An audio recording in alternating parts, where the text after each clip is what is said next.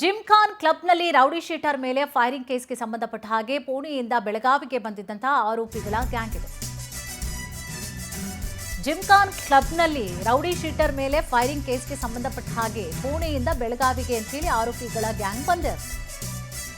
Pune gang ಕರೆ ತಂದಿದ್ದಂತಹ car ಚಾಲಕ Rohan arrest ಆಗಿದ್ದಾನೆ. ಬೆಳಗಾವಿ ನಗರದ ಜಿಮ್ಖಾನ್ ಕ್ಲಬ್ನಲ್ಲಿ ಫೈರಿಂಗ್ ಮಾಡಲಾಗಿರುತ್ತೆ. ರಾಜಾರೋಷವಾಗಿ ಗನ್ ಹಿಡಿದುಕೊಂಡು ಸುರೇಶ್ ಜಾಲಗಾರ ಮೇಲೆ ಫೈರಿಂಗ್ ಮಾಡಲಾಗಿರುತ್ತೆ. ತಪ್ಪಿಸಿಕೊಂಡು ಪ್ರಾಣವನ್ನ ಉಳಿಸಿಕೊಂಡಿರ್ತಾನೆ ರೌಡಿ ಸುರೇಶ್ ಜಾಲಗಾರ. ಪ್ರಫುಲ್ ಪಾಟೀಲ್ ಜೊತೆಗೆ ಸುರೇಶ್ ಜಾಲಗಾರ ನಡುವೆ ಹಳೆ ದ್ವೇಷ ಇರುತ್ತೆ. ಸೇಡ್ ತೀರಿಸಿಕೊಳ್ಬೇಕು ಅಂತ ಹೇಳಿ ಪ್ರಫುಲ್ ಸಹಚರನಿಂದ ಫೈರಿಂಗ್ ಆರೋಪ ಕೇಳಿಬಂದಿದೆ. ವೈದ್ಯಕೀಯ ತಪಾಸಣೆ ನಡೆಸಿ ಹಿಂದಗಲ ಜೈಲಿಗೆ ಅಟ್ಟಿರ್ತಾರೆ ಪೊಲೀಸರು.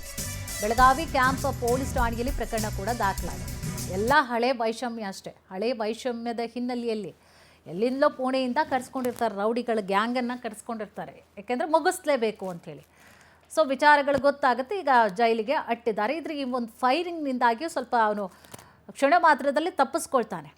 ಸೊ ಈಗ ಆರೋಪಿ ಏನಿದ್ದ ಆತನನ್ನು ಕೂಡ ಅರೆಸ್ಟ್ ಮಾಡಲಾಗಿರುವಂಥದ್ದು. ಬೆಳಗಾವಿ ನಗರದ ಜಿಮ್ಖಾನ್ ಕ್ಲಬ್ನಲ್ಲಿ ನಡೆದಿದ್ದಂಥ ಫೈರಿಂಗ್ ವಿಚಾರಕ್ಕೆ ಸಂಬಂಧಪಟ್ಟ ಹಾಗೆ ಜಿಮ್ಖಾನ್ ಕ್ಲಬ್ನಲ್ಲಿ ರೌಡಿ ಶೀಟರ್ ಮೇಲೆ ಫೈರಿಂಗ್ ನಡೆಸಲಾಗಿರುತ್ತೆ. ಸೊ ಪುಣೆಯಿಂದ ಬೆಳಗಾವಿಗೆ ಅಂತ ಹೇಳಿ ಬಂದಿರುತ್ತೆ, ಆರೋಪಿಗಳ ಗ್ಯಾಂಗ್ ಬಂದಿರುತ್ತೆ. ಪುಣೆ ಗ್ಯಾಂಗನ್ನು ಕಾರು ಚಾಲಕ ರೋಹನ್ನ ಏನು ಕರೆಸ್ಕೊಂಡಿರ್ತಾನೆ, ಸೊ ಈತನನ್ನು ಅರೆಸ್ಟ್ ಮಾಡಲಾಗಿದೆ. ಬೆಳಗಾವಿ ನಗರದ ಜಿಮ್ಖಾನ್ ಕ್ಲಬ್ನಲ್ಲಿ ನಡೆದಿದ್ದಂಥ ಫೈರಿಂಗ್ ವಿಚಾರಕ್ಕೆ ಸಂಬಂಧಪಟ್ಟ ಹಾಗೆ ಕಾರ್ ಡ್ರೈವರ್ ಏನಿದ್ದ, ಸೊ ಆತನನ್ನು ಅರೆಸ್ಟ್ ಮಾಡಲಾಗಿದೆ.